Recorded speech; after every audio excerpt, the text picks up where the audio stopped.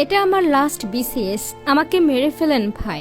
BCS পরীক্ষা শুরু সকাল 10টায়। পরীক্ষার অন্তত 8 ঘন্টা আগে কেন্দ্রে প্রবেশ বাধ্যতামূলক। নওগাঁ থেকে রাজশাহী পৌঁছে ফাহাদ ফয়সাল যখন কেন্দ্রের সামনে, তখন ঘড়িতে সময় 9:40। পরীক্ষা কেন্দ্রের প্রধান ফটক বন্ধ। তিনি গেটে পুলিশ সদস্যদের অনুরোধ করেন তাকে ভেতরে ঢুকানোর জন্য, কিন্তু তারা রাজি নন। ফটক টপকে ফাহাদ ভেতরে ঢুকলে পুলিশ তাকে বের করে আনে। এ সময় ফাহাদ রাস্তায় শুয়ে মাথা ঠুকে আহাজারি করতে থাকেন, বলতে থাকেন, এটা আমার লাস্ট বিসিএস, আমাকে মেরে ফেলেন ভাই।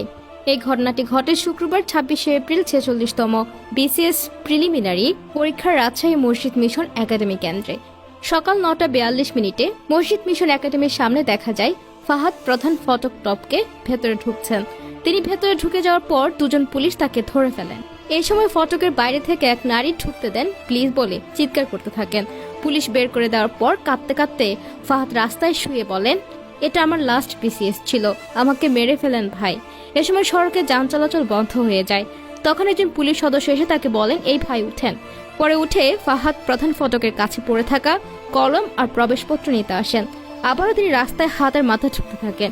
ফাহাদ বলেন, আমি মরে যাব, আমি মরে যাব, আমার লাস্ট বিসিএস ছিল এটা। পরে এক ব্যক্তি ফাহাদকে ভেতরে ঢোকানোর চেষ্টা করেন, কিন্তু পুলিশের বাধায় ব্যর্থ হন। একই সময় কেন্দ্রের সামনে অভিভাবকেরা বলেন, পরীক্ষা তো এখনো শুরু হয়নি, ছেলেটাকে ঢুকতে দেওয়া উচিত ছিল। কিছুক্ষণ পর ফাহাদ সেখান থেকে চলে যান। দেশের 8 বিভাগীয় শহরের 215 কেন্দ্রে একযোগে 46তম বিসিএস এর প্রিলিমিনারি পরীক্ষা অনুষ্ঠিত হয় শুক্রবার। এই ভিডিওটি এখন সোশ্যাল মিডিয়ায় ভাইরাল। অনেকে বলছেন এই ছাত্রটাকে সুযোগ দেওয়া উচিত ছিল, অনেকে বলছেন ম্যানেজমেন্টের বিবেচনা করা উচিত ছিল এই ব্যাপারগুলা, যেহেতু এক্সাম তখনও শুরু হয় নাই।